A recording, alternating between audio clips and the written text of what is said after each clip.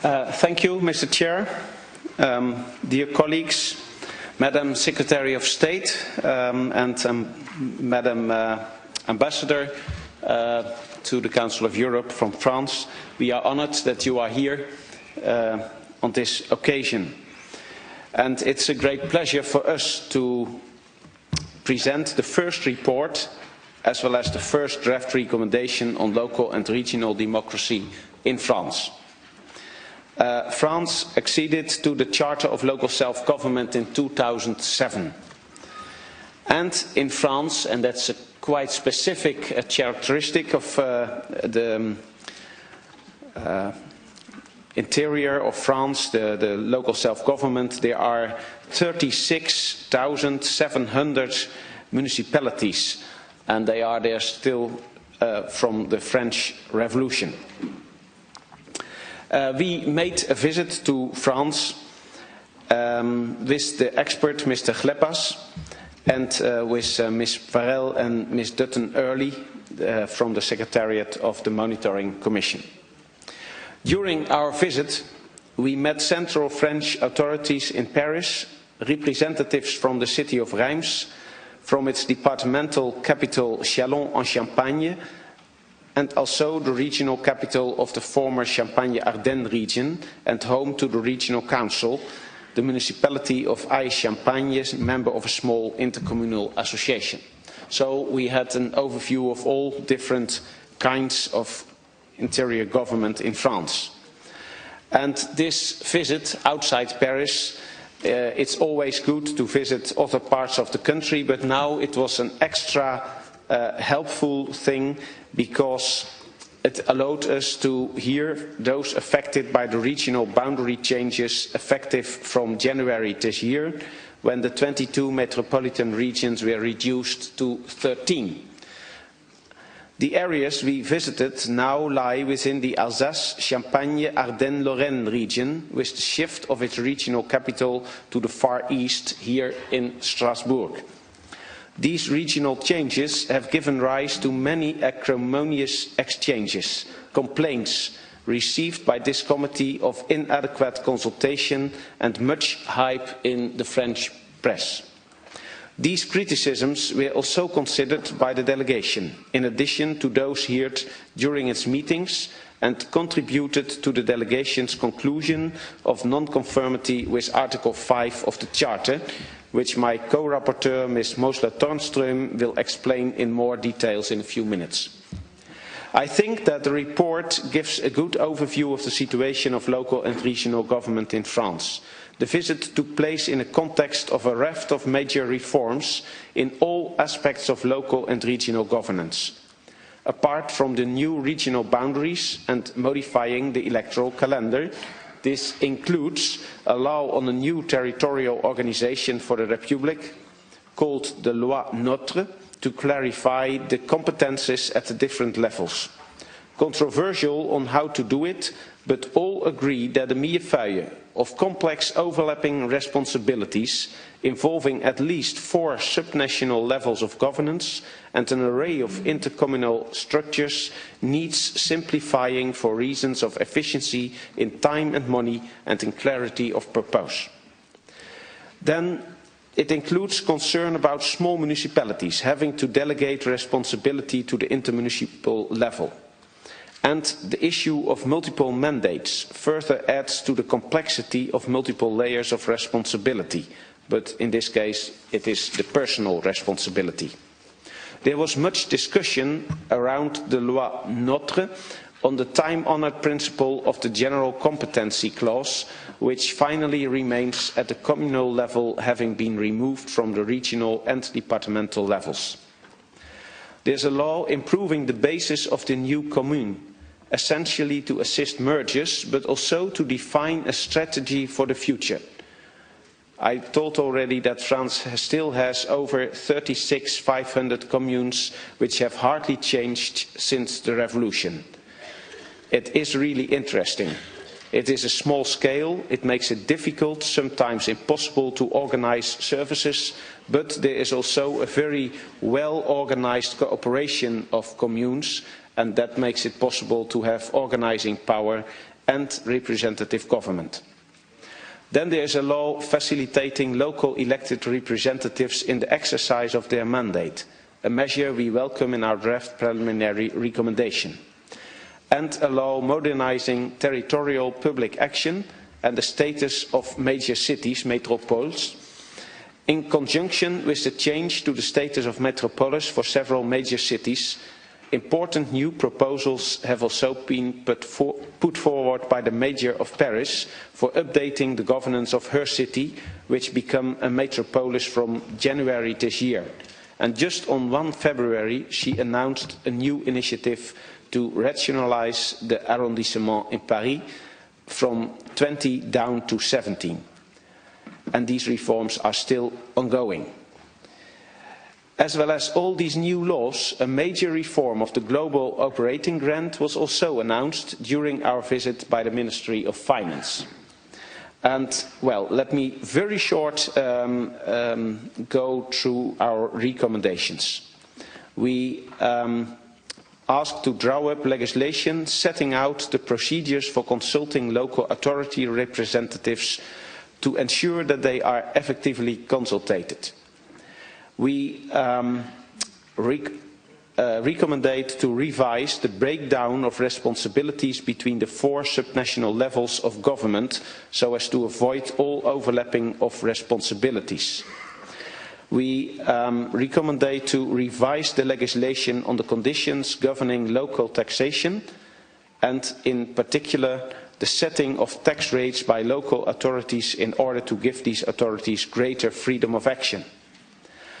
Then to consider reintroducing the general clause of competence in order to respect the local authorities' right to full discretion in the exercise of their initiatives with the only limits of the law. And to revise the financial equalization system so that it actually serves its purpose of reducing financial disparities between local authorities and meets the requirements of transparency by promoting a system of equalization between levels of government. And at last, to consider ratifying Articles 3, Paragraph 2 and 7 and Paragraph 2 of the Charter insofar as the relevant legislative provisions in force in France render the de facto situation consistent with the requirements of these articles. So there's no reason not to do that, we think. I think that we have drawn up a rather balanced recommendation which I hope you will be able to adopt. Thank you.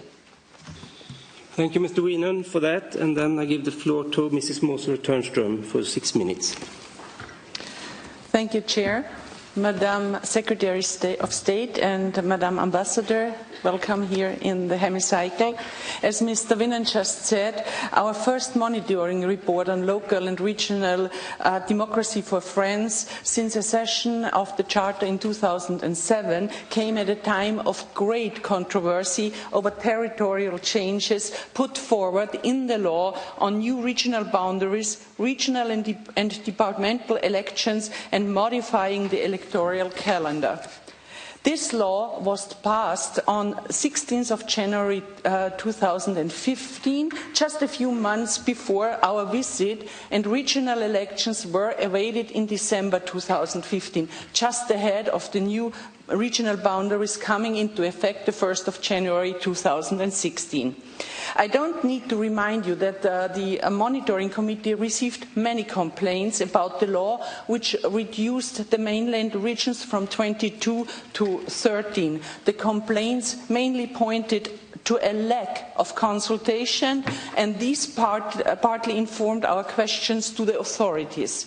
All of these criticisms were also considered by the delegation and contributed to the conclusion of non-conformity with Article 5 of the Charter.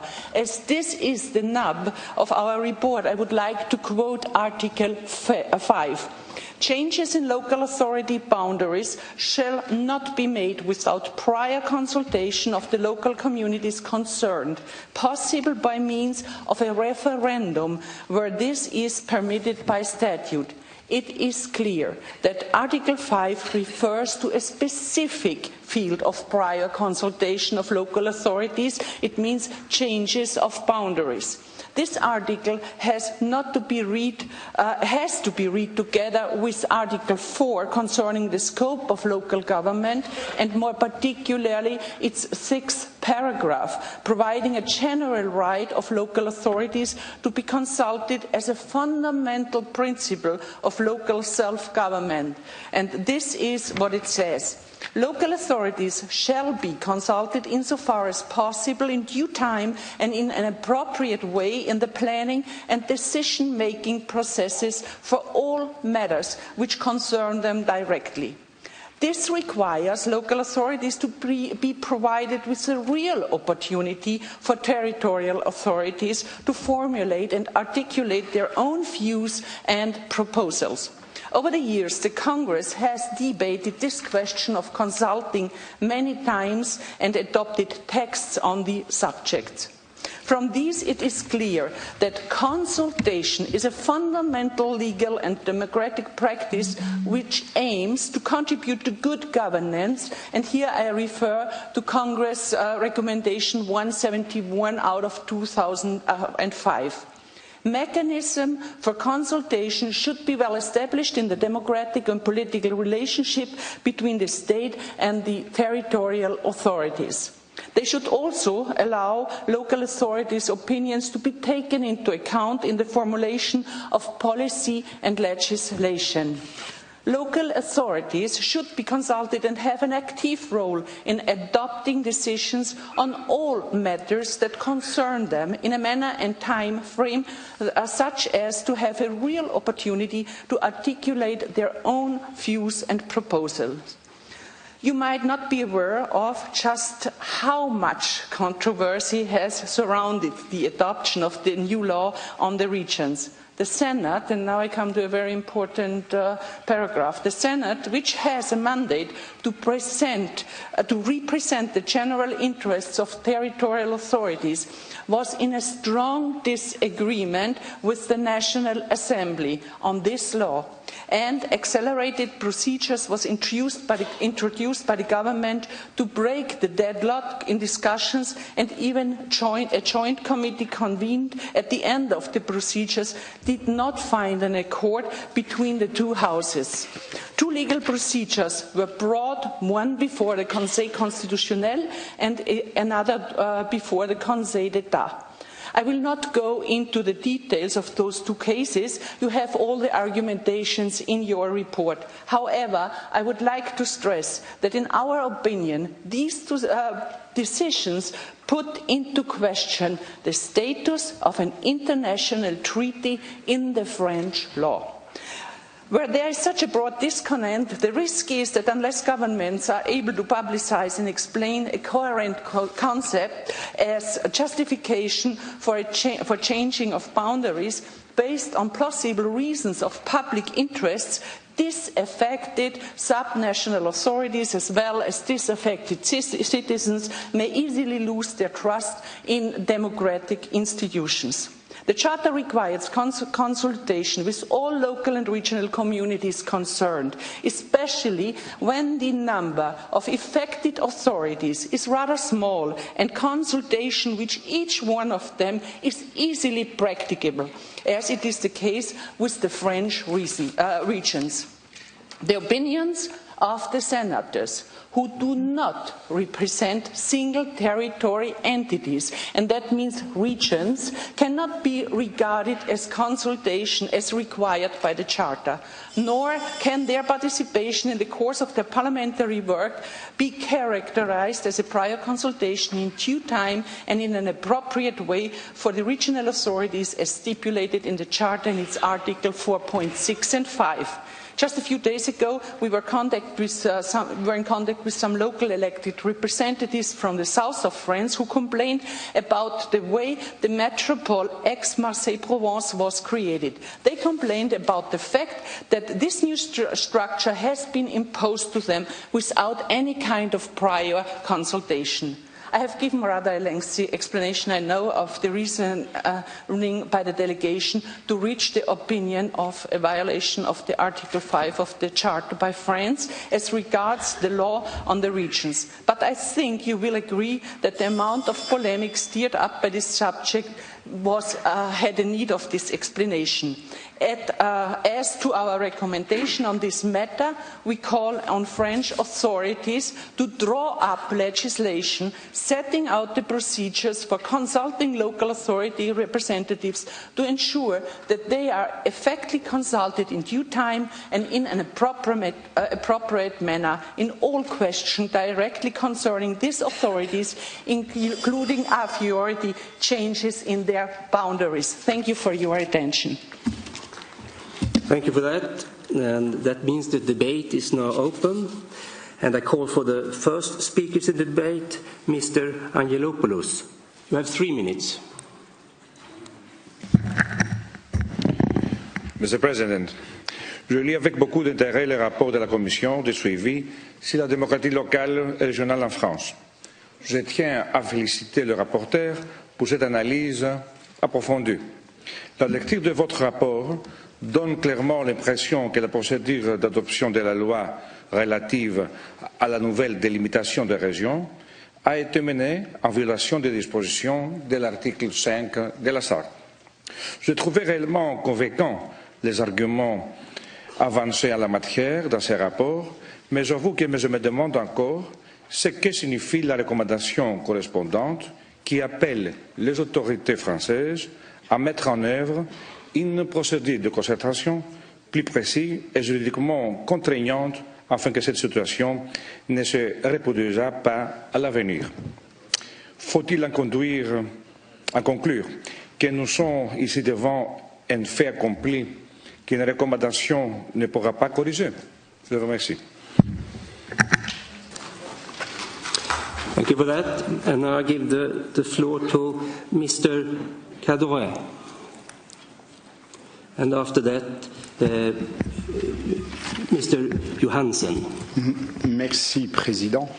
Je voudrais moi aussi à mon tour remercier les rapporteurs parce qu'il s'agit du premier rapport en la matière qui est remonté jusqu'à la monarchie féodale française en passant par la Révolution et jusqu'aux réformes de décentralisation. Donc convenez qu'il s'agisse là d'un long processus qui demande du temps. Et vous connaissez bien la formule bien française, quand 2 Français discutent, il y a 3 avis. Donc la procédure qui a été évoquée ne doit pas quand même cacher qu'en matière de démocratie locale, de pouvoirs locaux, les 36 500 communes, d'abord je vous informe qu'elles sont beaucoup moins aujourd'hui, elles sont moins de 35 000, pour une raison très simple, c'est qu'il y a une fusion de communes sur la base du volontariat. Donc vous voyez, là la consultation se passe très bien au niveau local et des communes, en quelques mois, on est passé de 36 500 à moins de 35 000. Donc nous sommes sur la bonne voie et c'est basé sur le volontariat des communes. Alors, donc je ne voudrais pas que l'arbre cache la forêt. Il y a une véritable démocratie locale en France et je voudrais, à l'occasion de ce rapport, attirer l'attention de l'Assemblée sur 2 points. Il nous semble que dans le rapport, il y a lieu de distinguer 2 notions qui sont utilisées, l'autonomie financière et l'autonomie fiscale. Parce que l'un n'est pas forcément le corollaire de l'autre. Je crois que c'est un point intéressant de voir si les collectivités locales ont cette autonomie financière. Le deuxième, et il a été évoqué abondamment, longtemps du moins et abondamment, c'est le concept de consultation. Donc nous avons dit lors de nos discussions que la consultation, le concept n'était pas défini en tant que concept juridiquement. Simplement nous voulons, bien sûr, la non-conformité a été évoquée, nous sommes d'accord dans l'ensemble avec les recommandations.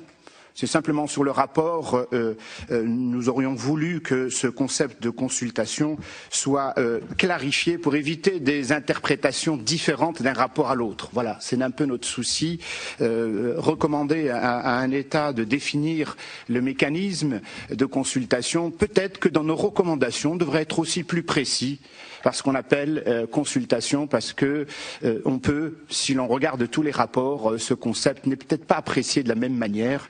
En tout cas, c'est ce que je voulais dire tout en remerciant les rapporteurs, que cela permet au Congrès, mais aussi à la France, d'avoir un état des lieux de cette démocratie locale et régionale, même s'il y a débat, discussion, et je crois qu'on ne peut pas en tout cas dire qu'il n'y a pas de débat, puisqu'il y a eu des plaintes, le Conseil constitutionnel qui est évidemment qui est gardien du temple s'est prononcé, le Conseil d'État, le Sénat, donc la démocratie vit. Alors il est évident que réformer c'est pas facile.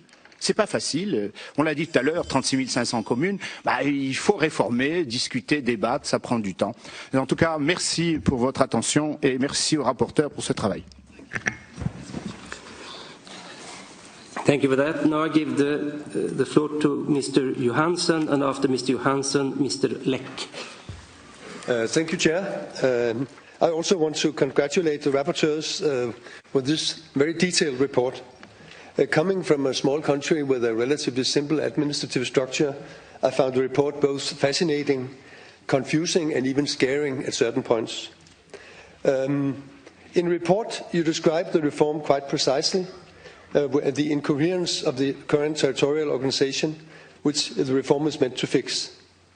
But in your recommendations, you call for the French authorities for a clear division of competences between the different levels of local authorities in order to avoid overlapping, and you ask for clarification of the financial equalization process. These issues seem quite basic for local and regional reform. But in my impression, also from speaking with French representatives and others, there's one element lacking, that is the question of how do you get the general public involved in this discussion? It seems that neither the reform nor the reforms of the election system have taken much into concern how do you get people to understand the new process. So that raises two questions for me to the rapporteurs and also to the French representatives. One, do you think that this reform as it is now is coherent as it is, can solve the problems it is intended to fix, or is it the first step in a longer process? And secondly, have you any recommendations to the French authorities and how to ensure that the process and the reform is not only transparent and understandable for the local authorities, but also for the general French public? Thank you. Thank you for that. And now it's Mr. Leck, and after Mr. Leck is Mrs. Helgeson. Monsieur le Président, merci. Je dois dire au nom de la délégation française que les rapporteurs ont fait un énorme travail qui tardait depuis des années, malheureusement, compte tenu des réformes qui se sont multipliées. J'ai rappelé d'ailleurs à Paris, lorsque la Commission s'est réunie, que toutes ces transformations qui sont indispensables et qui avaient été recommandées par l'Union européenne auraient nécessité une consultation plus profonde et que notre pays avait fait une interprétation large de la Charte d'autonomie à ce sujet. Mais nous considérons, au niveau de la délégation française, qu'il s'agit nullement d'une violation de l'article 5 de la Charte d'autonomie locale. J'ai précisé que le Conseil d'État, comme le Conseil constitutionnel, avait l'un et l'autre statué et avait rejeté précisément les griefs qui étaient faits au niveau de l'article 5. J'ai souligné que ces deux hautes juridictions avaient rejeté toutes deux les recours qui avaient été exercés. Par ailleurs, concernant le redécoupage des régions et le renforcement de leurs compétences, les conseils économiques, sociaux et environnementaux de chaque région se sont autosaisis et ont normalement émis des avis qui ont été transmis tant aux présidents de conseils régionaux qu'aux préfets de région. J'ai également indiqué que les conseils régionaux concernés par ces modifications avaient parfois, et ça n'était pas vrai partout, été saisis. J'attire l'attention de l'Assemblée sur le fait que les collectivités locales en France sont regroupées en grandes fédérations qui sont les interlocuteurs privilégiés des pouvoirs publics. C'est ainsi que l'Association des maires de France a été consultée sur les grandes réformes relatives aux agglomérations, que l'Assemblée des régions de France a également été reçue par le Premier ministre et le Président de la République pour faire part éventuellement de leurs désaccords et le redécoupage sur le redécoupage de certaines régions. Tout cela a eu parfois des effets et la loi a été modifiée. Les compétences ont été renforcées, 13 grandes régions ont été définies pour qu'elles deviennent des locomotives économiques et les départements seront consacrés maintenant dans le domaine social. Je dois vous dire aussi que la délégation française souhaite donc que soit constaté par rapport à l'article 5 que l'expression violation est inappropriée et qu'il convient davantage de constater une non-conformité, comme le dit d'ailleurs les recommandations. Je dois vous préciser que, malgré les résistances légitimes qui s'ensuivent, les collectivités locales et régionales en France demeurent le socle incontesté et démocratique du développement économique, puisqu'elles représentent à elles seules près de 65% des investissements publics dans notre pays. Elles sont le reflet de la diversité culturelle, sociale et politique de notre pays, de nos collectivités qui aspirent toujours à plus d'autonomie et de liberté dans l'esprit de notre charte européenne. Cette marche permanente pour préserver l'authenticité et la démocratie locale et régionale doit naturellement se concilier avec une nation, une république sociale et laïque qui est l'héritière de la Révolution française, fortement centralisatrice, moyen d'ailleurs à l'époque nécessaire à sa réussite et à son épanouissement à travers toute l'Europe. Voilà les précisions que je souhaite donner à notre Assemblée, apportées de la part de notre délégation, qui bien évidemment vous invite à approuver les recommandations de nos rapporteurs, que je salue une nouvelle fois, même si nous sommes très réservés sur le rapport lui-même. Thank you for that. And then I give the floor to Mrs. Helgesen, and after that, Mrs. Buchmann. Thank you, Mr. President. And first of all, thank you to the rapporteurs for the good work and very interesting report, and also today the very clear message. I have a question about the consultation process. From abroad, we get the impression that it's difficult to launch a debate about territorial organization in France. It is obviously a thorny issue given the setbacks and delays faced by the previous government in their intentions for territorial reform. This reform project was finally completed, but in quite questionable conditions. So, dear rapporteurs, would you say the debate around these issues is deadlocked in French society? Following your visit and your work on local and regional democracy in France, how do you sense the French society's overall reaction to this kind of reform? Thank you so much. Thank you for that. And now I give the floor to Mrs. Buchmann, and after that, Mr. Oos, who is from the youth group here in the Parliament today. Merci beaucoup, Monsieur le Président. Monsieur le Président, chers collègues, je voudrais tout d'abord féliciter les rapporteurs pour le remarquable travail qu'ils ont effectué. La situation en France est très complexe et ils sont arrivés à décrire l'évolution des institutions locales et régionales en France avec maestria. Même si certains aspects auraient nécessité d'être repris ou précisés, nous n'avons en effet pas eu assez de temps pour des échanges entre les rapporteurs et la délégation française qui auraient pu apporter des affinements. Le changement en cours de session aussi ne nous a pas facilité la tâche. Il est vrai que le Congrès ne souhaitait pas interférer dans le déroulement des élections régionales en France. Le hasard du calendrier du Congrès a fait que le monitoring de la France, décidé il y a plus de 4 ans, me semble-t-il, a eu lieu en même temps que le bouleversement des élections territoriales et des élections régionales. Je tiens à préciser, parce que j'ai lu des choses un petit peu à droite à gauche, comme quoi ce monitoring est la conséquence des recours qui ont été déposés. Je tiens à préciser qu'il s'agit en réalité d'une démarche qui est liée à la procédure même de la charte de vérification de la mise en œuvre de ces principes, charte que la France a signée, comme ça a été dit, en 1985 et ratifiée en 2007. Il y a effectivement, le monitoring montre qu'il y a eu des avancées, mais il met aussi l'accent sur des aspects à faire évoluer. On a abordé à plusieurs reprises la question de la réforme territoriale. Il est vrai que ça a complètement bouleversé notre pays. J'étais conseillère régionale, et pour ne prendre que le cas de l'Alsace, aucun élu d'aucune assemblée alsacienne ne s'est exprimé en faveur du périmètre dans lequel se sont déroulées les élections régionales en décembre, quelle que soit leur sensibilité politique. On peut aussi s'interroger sur le mode de scrutin particulièrement abscon qui a été utilisé. Effectivement, on peut parler de non-conformité à l'article 5 de notre charte. Néanmoins, je crois que plus largement en France, il y a une nécessité de renouvellement de l'idée même, de la façon même dont la démocratie s'établit, se met en œuvre, et de développer une culture plus proportionnaliste. Il y a la proportionnelle pour l'élection de certaines assemblées, mais globalement, il n'y a pas vraiment encore une culture proportionnaliste.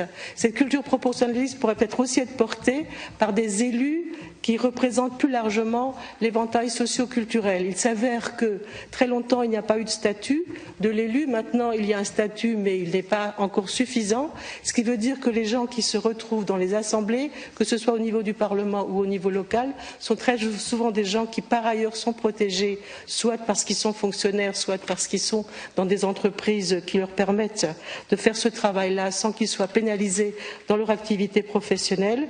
Et je pense qu'il est très important, effectivement, que ce statut permette à ce que l'ensemble de la société soit représenté, aussi les paysans, aussi les ouvriers, aussi les entrepreneurs, qui sont hélas très absents. Les femmes, grâce à Dieu, sont maintenant plus représentées parce qu'il y a eu des mesures particulièrement positives, mais je crois qu'il faudra très rapidement qu'il y ait un post-monitoring, ce qui rentre aussi un peu dans nos attributions. Je vous remercie. Thank you for that. I give the floor to Mr. Oost from Austria, and after that, Mr. Pinto from Portugal. Thank you, Mr. Vice President, members of Congress. I would like to thank, first of all, the rapporteurs for the brilliant job they did, for the detailed and substantial recommendation they come up with. It is a report that lines out some very concrete recommendations, but that honors and values also, in general, the efforts made by the French Republic to strengthen local and regional authorities and ensure an effective cooperation between the national and the subnational levels. I'd like to highlight one element that seems to me most essential of this recommendation. It's the recommendation to draw procedures of consulting local and regional authorities. I consider this as an essential part because it's a horizontal issue. It's about the general procedures of a respectful cooperation between the national and the subnational authorities. I was, however, wondering a little bit when reading the draft recommendation why in paragraph 5, article A, so letter A, it is only referred explicitly to local authorities and not to regional authorities any longer, because this was actually also mentioned before in the preliminary considerations in paragraph 4. There we refer to local as well as regional authorities. Second, allow me to quickly come also to the general clause of competence. I like to stress that the general clause of competence is an essential element to give a real meaning to our principles of decentralization and subsidiarity. I think it should be especially this Congress to stand up to defend and also promoting these principles. Of course, we have to be careful to avoid overlapping and duplication. And yes, we will have to guarantee a consistency between the measures taken at national level, at regional level, and also at local level. What we need is a constructive cooperation between national and subnational authorities, not a harmful competition. But if a new challenge emerges, and the responsibility for dealing with it is not determined yet, I'm convinced that it should fall within the competence of local and regional authorities, as they are, as this Congress also has pointed out multiple times, the authorities closest to the citizens. This is what subsidiarity means to me, and I think this should be what we should stand up for, be it in France as well as in any other member state. Thank you very much. Thank you so much for that intervention. Then the floor is open for Mr. Pinto from Portugal, and after that, Mr. Olokcho from Ukraine. Je veux saluer Monsieur le Président et les rapporteurs pour ce rapport et poser cette question. La France a une caractéristique par rapport aux autres États européens, c'est de cumuler sur environ 2 siècles des structures sans jamais en détruire aucune. D'où un grand nombre de communes auxquelles se superposent maintenant des intercommunalités, des communautés de communes qui viennent s'ajouter à des structures existantes. Cela vient donc accroître la complexité de ce fameux millefeuille territorial. Avez-vous le sentiment que la contestation à l'égard de la réforme régionale s'inscrit dans ce conservatisme structurel qui caractérise la France territoriale depuis le XIXe siècle?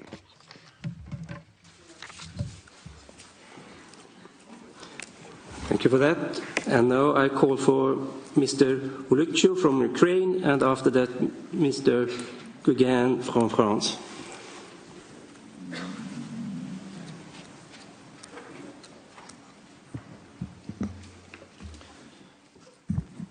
Уважаемые члены Конгресса, прежде всего хочу искренне поблагодарить и докладчиков, и французскую делегацию Конгресса за интересный опыт развития местной и региональной демократии в вашей стране, которая за территорией и численностью сравнима с Украиной. У вас долгая и опытная история развития местного самоуправления. Мы изучаем работу французских национальных муниципальных институтов в регионах Франции. Мы знаем, что еще сравнительно недавно ваша страна была с высокой степенью централизации управления, но примерно 30 лет назад французским парламентом был принят закон о децентрализации исполнительной власти и представлении регионам широких полномочий. И надо сказать, Франция в этом процессе преуспела. Я имею в виду вовлеченность граждан в управление, так называемую демократию участия. Именно Франция явилась одним из инициаторов создания Европейского Союза, то есть объединения Европы. Для нашей страны очень важен опыт французской демократии в реализации Европейской хартии о местном самоуправлении. В Украине уже второй год проходит реформа децентрализации, создаются объединенные территориальные коммуны, а началась она из бюджетной децентрализации. Доля собственных средств общих общин увеличилась, в этом нам помог французский опыт финансовой самостоятельности. Гипертрофия центральной власти очень опасна для стран Европы. Поэтому у нас тоже началась территориальная реформа, которая также опирается на французский опыт внедрения префектур и префектов как контрольно-наблюдательного института, который прописан в украинском проекте Конституции и принят в первом чтении украинским парламентом. И завершая выступление, предлагаю проект рекомендаций Конгресса о местной и региональной демократии во Франции поддержать. Спасибо за внимание.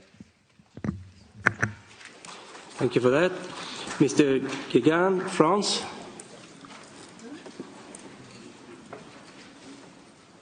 Monsieur le Président, merci. Merci au rapporteur, à l'expert et à nos services donc, pour le rapport très intéressant qu'ils ont réalisé. Je voudrais, moi, vous parler avec mon cœur d'une expérience d'élu local de base. Donc, de ce que j'ai pu faire sur le territoire, et notamment grâce à l'expérience que je vis ici depuis plusieurs années, grâce à votre contact, à ce qui se passe dans nos différents pays. Nous avons en France l'héritage des 36 700 communes, c'est-à-dire la suite des 40 000 paroisses de l'Ancien Régime. Mais comme l'a dit Xavier Cadorette, il y en a moins désormais puisque, avec les communes nouvelles, il y a plus de 1000 communes qui ont fusionné donc en 2015 et 2014 auparavant. Maire d'une commune rurale au cœur de la Bretagne, j'ai créé la première communauté de communes de France. Nous sommes partis simplement à 5 communes au départ. Puis après, il y en a eu 14, 15 et 16. Et depuis hier, cette communauté de communes de 20 000 habitants, dans le cadre des schémas départementaux, vient de fusionner avec 2 autres communautés de communes pour être à 40 000 habitants. C'est ça l'évolution. Mais depuis le 1er janvier, je suis également maire d'une commune nouvelle. C'est l'étape supérieure, la fusion entre des communes, pour apporter les meilleurs services à la population. Je crois que la révolution territoriale, et nous avions une réunion des communes nouvelles donc le 16 mars dernier, donc à l'Association des maires de France, avec comme thème donc la commune nouvelle territoire d'avenir. Mais le compte rendu qui en a été fait le lendemain, le 17 mars, par l'Association des maires de France, eh bien le compte rendu a pour titre la comme une nouvelle, donc une révolution territoriale qui est en marche. Cette révolution territoriale qui est en marche, elle appartient aux élus locaux de base, à chacun des conseillers municipaux, à chacun des maires. Et nous la ferons avec des hommes et des femmes élus de terrain qui ont pour unique ambition la défense de l'intérêt général et la mise en place de territoires d'avenir qui permettront d'apporter les meilleurs services à la population. Merci de votre attention. I want to thank all the 10 speakers for their interventions, and that concludes the list of speakers. And I want to ask Mr. Wienen, do you wish to reply to the speakers? If so, you have 3 minutes. Then I have to be very short. First, about the consultation procedures. I think it's good to say that the Congress has adopted in 2014 a resolution and recommendation where the consultation process was clearly defined. And that is what we have in mind when we say this is not corresponding to the Charter, what we have seen here in France. And it's also good to say that if we use a word like violation, that means that it is non-observation. If you look what it means in this context, it's non-observation of what is said in the Charter. And, well, I think that Gudrun Moseley-Törnström will go on more extensive on this point. Then we had some other questions. The lack of transparency, or maybe the need for transparency for the general public. I think that is a very important point that was brought in. Sometimes we make it so difficult, the organization of the local administration, that the inhabitants didn't understand how works it, how is the electoral process. That is the point of Ms. Buchnam. I think this is a continuing effort for all involved, that we have to try to have this transparency also for the inhabitants and not only for the persons who are in the government and in the administration. Is the French situation, is it a kind of conservatism, that there's so much resistance against change? I think that you can say there is a strong identity in France, and that there is also a strong participation of many people who want to be involved in the processes. So you can say this is conservatism, but I say it's also a sign that there is enough participation in France to be involved in processes like these. So I will not be negative about that. Then the question, let me see what I will take. My time is over. Let me then say that what was said about the general clause of competence, I am very, very in accordance with you, and I think that is exactly the reason that we have made a recommendation to say that. Thank you. Wish Mrs. Moseley-Törnström wish to reply to the speaker? If Yes. so, 3 minutes. Yes, thank you, Chair.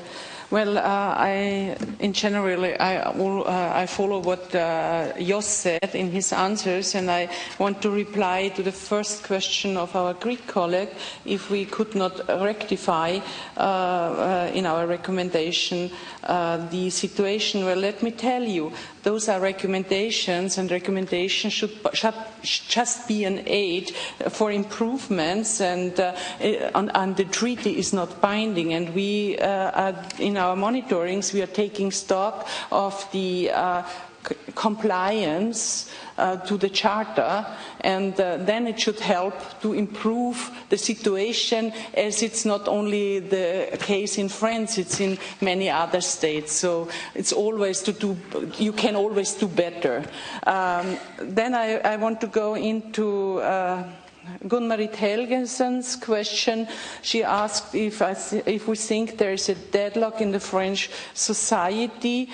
Well, let me tell you, I said that even in the previous negotiation, the two houses didn't agree, and there was discontent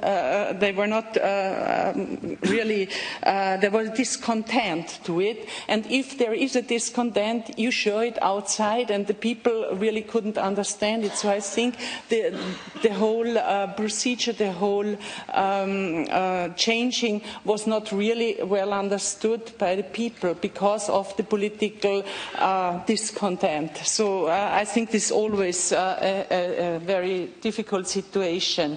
About the youth delegate from Austria, I did not talk to him. I tell you, I'm really impressed that you saw this little missing word, and we always can improve our monitoring reports, and they are improved with the amendments you can now put, and we put an amendment by ourselves because we saw this morning as well. So I didn't tell you, and I'm impressed. You really read it.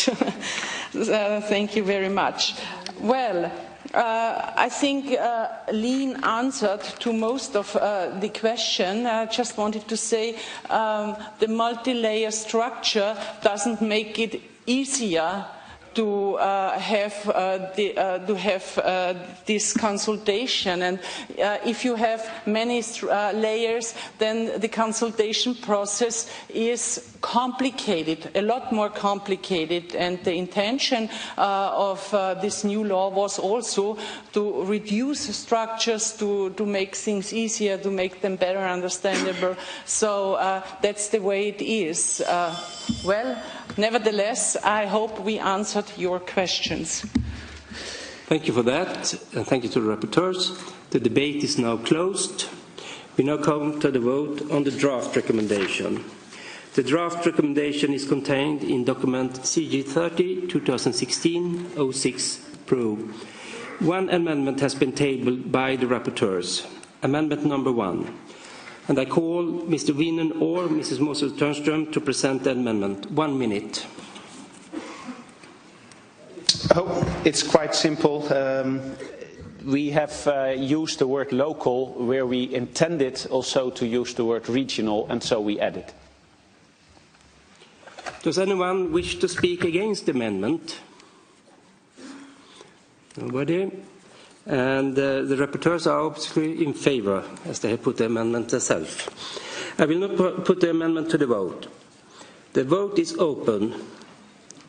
15 seconds.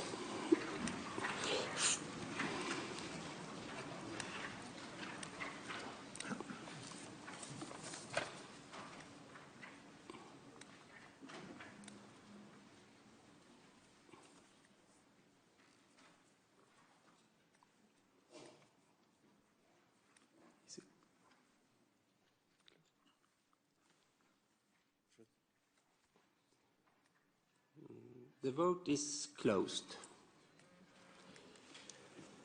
For the amendment, we have 134 votes, against 2, and 2 abstentions. Congratulations. The Congress will now vote on the draft recommendation as amended. A two-thirds majority is required for adoption of the recommendation. I will now put the draft recommendation as amended to the vote using the electronic voting system. The vote is open.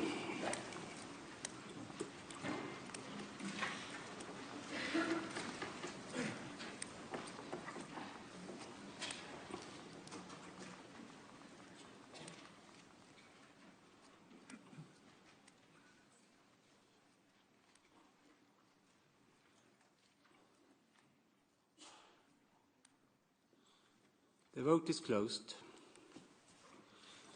For 143, against 2, 7 abstention.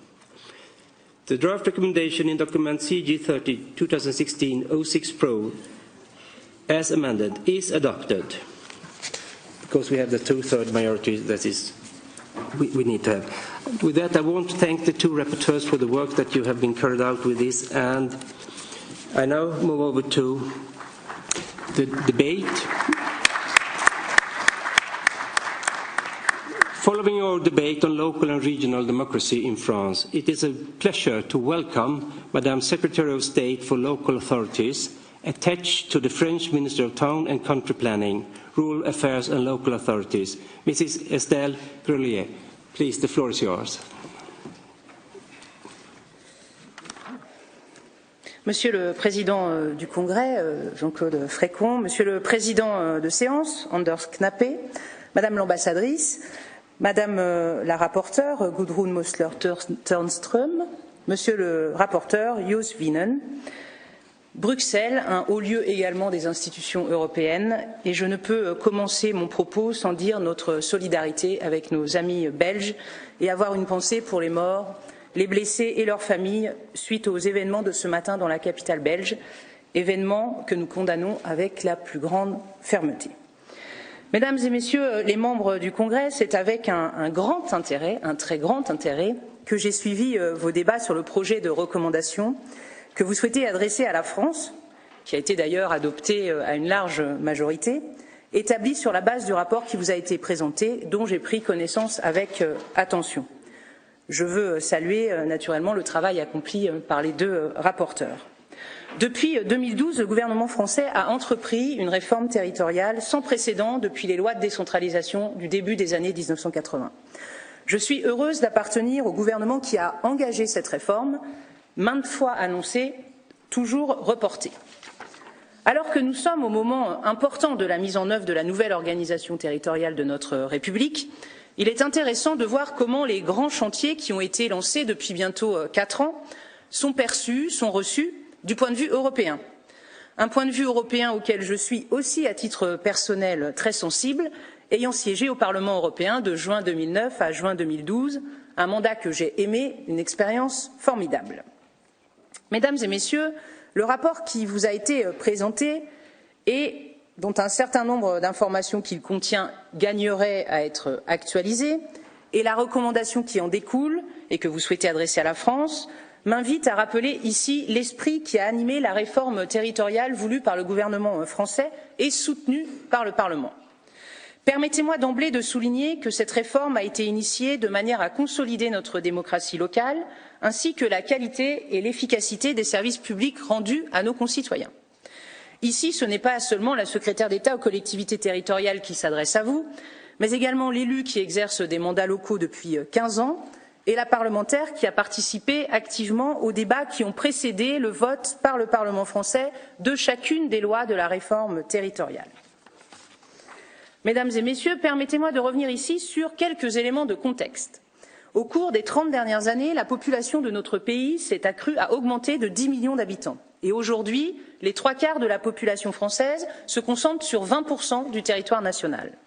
Nos modes de vie ont changé eux aussi. Nous sommes aujourd'hui dans une période où la mobilité et les distances ne sont plus celles qui avaient présidé aux précédents découpages territoriaux. Les frontières entre villes et campagnes s'estompent, l'éloignement physique s'atténue grâce aux nouvelles technologies de la communication. Mais la France d'aujourd'hui, c'est aussi des nouvelles inégalités territoriales et des fractures parfois anciennes qui se sont aggravées entre, d'un côté, des aires métropolitaines dynamiques, insérées dans la mondialisation, et à l'opposé, des territoires fragilisés ou qui ont la sensation de l'être. C'est pourquoi le rayonnement des métropoles que conforte la réforme doit bénéficier aux territoires qui les environnent, qu'ils soient ruraux ou périurbains. Dans cette optique, il faut mieux articuler les collectivités entre elles, de façon à ce que la solidarité entre les territoires tende vers la complémentarité territoriale. Mais ces exigences économiques ne sauraient être les seules à guider notre action publique. Ces exigences économiques s'accompagnent d'une exigence démocratique qui est au cœur de la réforme territoriale que le gouvernement français a entrepris. Or, vous le savez aussi bien que moi, nos concitoyens ont deux exigences contradictoires. Plus d'action publique, mais moins de dépenses publiques. En d'autres termes, cela signifie toujours autant de services publics, voire même plus de services publics, mais toujours moins d'impôts. Depuis les lois de décentralisation de 1981-1982, les structures se sont empilées, les organismes additionnés, les compétences se sont enchevêtrées. Il fallait donc simplifier notre organisation territoriale. C'est un impératif démocratique qui dépasse largement la recherche d'une action publique locale efficace. La réforme territoriale tend à rendre plus intelligible aux citoyens l'organisation de leur pays afin de les réconcilier avec la décision publique. Moderniser l'action publique territoriale, cela suppose de viser 3 objectifs: la clarté, la compétitivité, la proximité. Et notre réforme s'articule autour de 3 lois. La loi de modernisation de l'action publique territoriale et d'affirmation des métropoles, que nous appelons la loi MAPTAM, du 27 juillet 2014, qui notamment crée 10 métropoles, ce qui porte leur nombre à 13, et met en place les conférences territoriales de l'action publique, les CTAP. La loi relative à la délimitation des régions du 16 janvier 2015, qui met en place les 13 grandes régions auxquelles s'ajoutent, ne les oublions pas, les 5 départements et régions d'outre-mer. La loi portant nouvelle organisation territoriale de la République, dite loi NOTRe, du 7 août 2015, qui supprime la clause de compétence générale des départements et des régions, renforce les intercommunalités et les régions et clarifie les compétences de chaque échelon. La loi NOTRe, qui est donc la 3e et la dernière pierre de l'édifice de notre réforme, fixe une nouvelle répartition des compétences entre les différents échelons de collectivité. C'est pourquoi la clause de compétence générale, qui permettait aux régions, aux départements et aux communes d'intervenir en dehors de leur mission principale, de manière parfois concurrente, souvent redondante, a été supprimée pour les départements et les régions. Nous lui avons substitué un panel de compétences précises que la loi confie à chaque niveau de collectivité. Votre rapport déplore la suppression de la clause générale de compétences en estimant qu'elle restreint le champ des prérogatives des collectivités locales. J'avoue que je ne vous comprends pas sur ce thème. Pour notre part, nous considérons à l'inverse que cette suppression a incité le législateur à mieux définir les responsabilités de chaque niveau de collectivité, régions et départements en particulier, ce qui a pour effet de renforcer les capacités d'exercice de la démocratie locale. Quand plus personne ne sait qui fait quoi, comment peut s'exprimer le citoyen électeur aux élections régionales et départementales? Par ailleurs, cette suppression n'a aucunement pour effet de limiter le champ des prérogatives des collectivités locales prises dans leur ensemble. Ainsi, si, par exemple, un département intervenait pour partie sur le social et pour partie sur le développement économique, et qu'une région faisait la même chose, demain se dessine le département spécialisé sur le social et la région concentrée sur le développement économique. Pour les compétences pour lesquelles un chef de file est reconnu, les différents échelons de collectivité seront alors stimulés de manière à mieux se coordonner, notamment au travers de la conférence territoriale de l'action publique issue de la loi MAPTAM que je viens d'évoquer du 27 janvier 2014. Créées dans chaque région, ces conférences rassemblent l'ensemble des exécutifs locaux sous la présidence du président de région et, le cas échéant, en présence du représentant de l'État. Elles sont chargées de coordonner les politiques publiques et la répartition des compétences entre chaque échelon. Grâce à ces conférences, les représentants de tous les territoires pourront définir dans la concertation l'organisation des compétences de façon souple et décentralisée. En effet, les territoires sont divers et cette diversité suppose une action publique adaptée à la réalité de chaque territoire.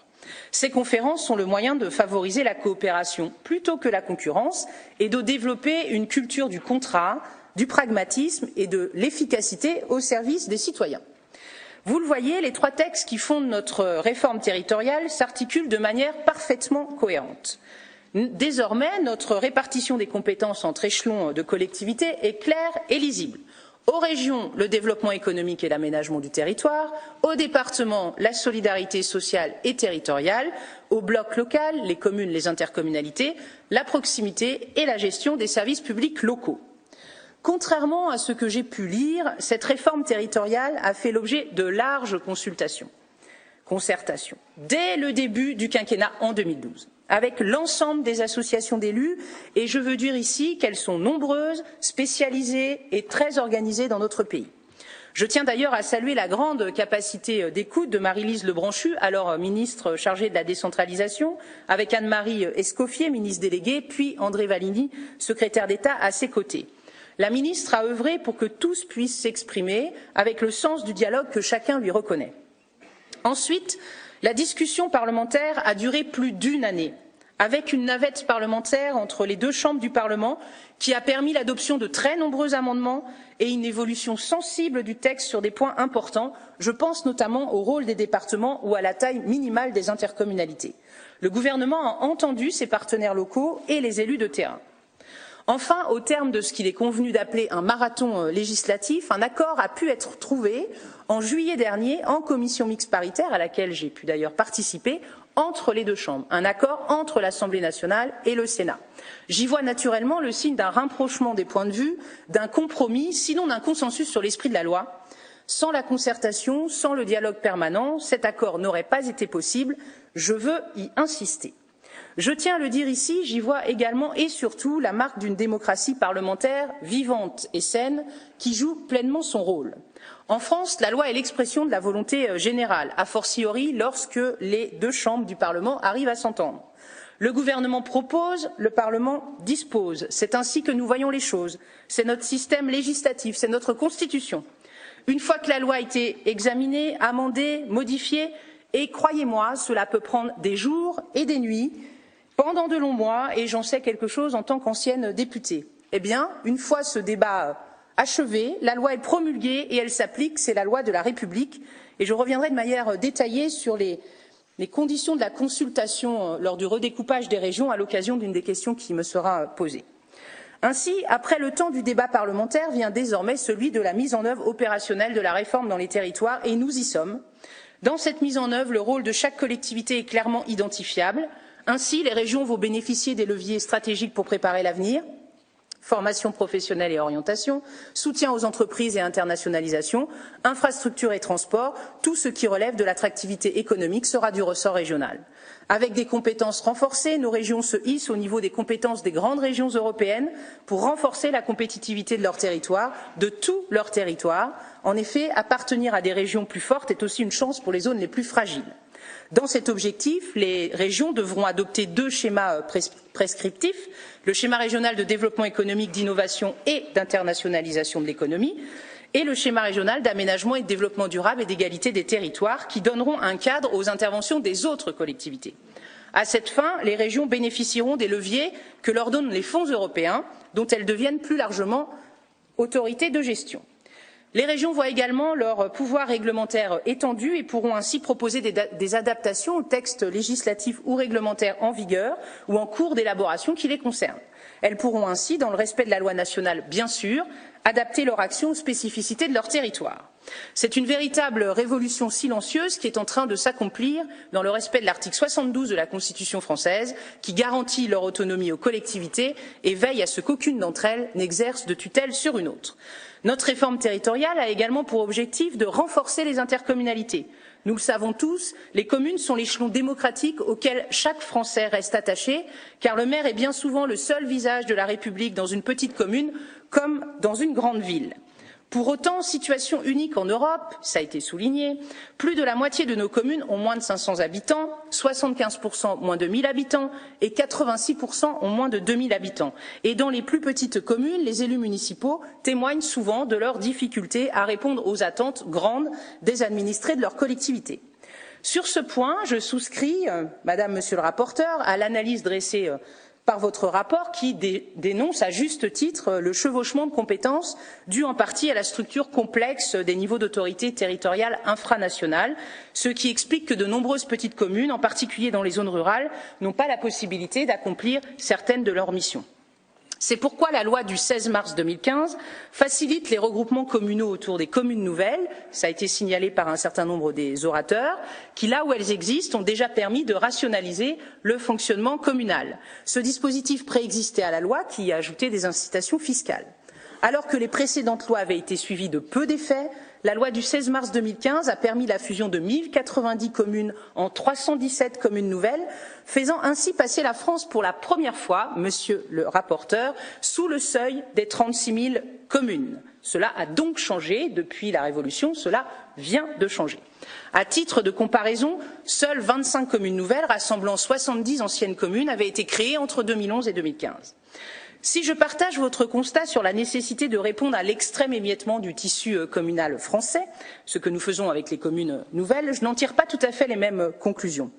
Pour la secrétaire d'État aux collectivités territoriales que je suis, les communes ne sont pas contraintes de déléguer au niveau intercommunal. Elles y sont encouragées, notamment par la loi, afin de pouvoir pleinement assurer leur avenir. L'intercommunalité est l'avenir des communes. C'est en créant des dynamiques de mutualisation, de solidarité, de projets, que les communes pourront continuer à œuvrer dans le respect de leur identité propre. D'ailleurs, cet essor des communes nouvelles n'est pas contradictoire avec le développement et l'agrandissement des intercommunalités. Plus les intercommunalités seront grandes, plus la commune conservera son rôle de collectivité de proximité. Et si la commune est plus grande, elle aussi, elle pèsera davantage dans l'intercommunalité. C'est ainsi que l'envisagent les élus municipaux qui s'engagent dans cette démarche volontaire. Au-delà du mouvement des communes nouvelles, s'organisent des communautés de communes aux périmètres élargis, aux compétences étendues. Et c'est dans nos campagnes que le renforcement de l'intercommunalité sera le plus utile pour disposer d'une taille critique suffisante, tant en matière de ressources humaines que de moyens budgétaires. Les périmètres des intercommunalités épouseront donc ce que l'on appelle les bassins de vie, et pour y parvenir, un seuil minimum de 15 000 habitants a été retenu, adapté à la réalité des territoires et notamment à la densité démographique. En outre, les communautés issues de fusions intervenues depuis le 1er janvier 2012 et comptant au moins 12 000 habitants ne sont pas concernées, la succession rapide des fusions pouvant s'avérer déstabilisante. Des compétences obligatoires nouvelles seront transférées aux intercommunalités. Au 1er janvier 2017, la collecte et le traitement des déchets ménagers, la promotion touristique, les aires d'accueil des gens du voyage et, à partir de 2020, l'eau et l'assainissement en deviendront des compétences obligatoires optionnelles à partir de 2018. Ce nouveau processus intercommunal va permettre aussi de diminuer le nombre des syndicats intercommunaux. De façon comparable, le nombre d'établissements publics de coopération intercommunale, le nombre de communautés de communes à fiscalité propre poursuit sa tendance à la baisse. Au 1er janvier 2017, la France comptera entre 1200 et 1300 EPCI contre 2133 au 1er janvier 2016. Cette mise en place de PCI de taille significative garantit à nos concitoyens un service public de qualité grâce à la mutualisation des moyens qu'elle facilite. Les départements continueront pour leur part à assurer les missions de solidarité sociale et territoriale. D'ailleurs, le débat se poursuit avec les départements qui ont demandé à l'État une recentralisation de la prise en charge financière du revenu de solidarité active, prestation qui, il est vrai, relève avant tout de la solidarité nationale. Nous y travaillons avec Jean-Michel Bailey, le ministre de l'Aménagement des Territoires, de la Ruralité et des Collectivités territoriales. Mesdames et messieurs, permettez-moi de rappeler ici que tout en renforçant les leviers de l'action publique, le gouvernement français est déterminé à redresser les comptes de notre pays. Ce sera mon dernier point. La réforme territoriale doit permettre à terme de faire des économies. Comme l'a indiqué le président de la République, la réforme territoriale dégagera des économies, le Premier ministre ajoutant « Cette réforme illustre notre détermination à réduire la dépense publique et les Français y voient l'objectif premier de la réforme. Tous les sondages en attestent. » La réforme est donc pleinement cohérente avec la trajectoire de redressement des comptes publics de la France. La réduction inédite des concours de l'État aux collectivités, 12,5 milliards de baisse entre 2014 et 2017 déjà largement réalisée, incite les collectivités à davantage maîtriser leurs dépenses. La dépense locale est ainsi en baisse nette de 0,6% en 2015. C'est un contexte difficile, sollicitant pour les élus. Avec la clarification des compétences et le renforcement des mutualisations, la réforme territoriale facilitera la réalisation de ces économies sans sacrifier, et j'insiste sur ce point, les services rendus à la population en travaillant à leur adaptation à la bonne échelle tout en réduisant les inégalités territoriales. Le gouvernement français a par ailleurs très sensiblement renforcé ces dernières années les solidarités financières entre les collectivités dans un dialogue permanent avec les représentants des collectivités territoriale. Aujourd'hui, dans un contexte de montée en puissance des régions et des intercommunalités, le gouvernement tient à poursuivre et à renouveler les modalités du dialogue qu'il entretient avec les collectivités territoriales. Mesdames et messieurs, j'en viens à ma conclusion en 10 secondes avant de répondre à vos questions. Comme vous pouvez le constater, c'est bien dans un esprit de concertation, j'insiste, de concertation, que se construisent les grands chantiers initiés par le gouvernement français. Les citoyens et les élus locaux doivent maintenant s'approprier complètement les outils que la réforme territoriale a mis à leur disposition afin de peser davantage dans les prises de décisions publiques. Nous sommes en phase d'adaptation et un certain nombre de mesures tendant à faciliter cette appropriation en prise avec les retours du terrain auxquels nous sommes très attentifs sont en cours de validation par le Parlement, de discussion par le Parlement. Pour finir, je souhaiterais rappeler qu'avec la réforme territoriale qu'il a décidée, le gouvernement a conforté le modèle français d'action publique. En France, l'action publique est une. Elle est incarnée dans les territoires par les services que rendent à nos concitoyens les agents de l'État, des collectivités territoriales et des établissements publics hospitaliers. En rationalisant son organisation territoriale, en confortant son modèle d'action publique, la France s'est donné les moyens d'être à la hauteur de ses responsabilités et de ses engagements en Europe et dans le monde. J'espère par ce propos, Madame le rapporteur, Monsieur le rapporteur, ainsi que tous les membres du Congrès, vous avoir convaincu des motivations du gouvernement français. Je vous remercie.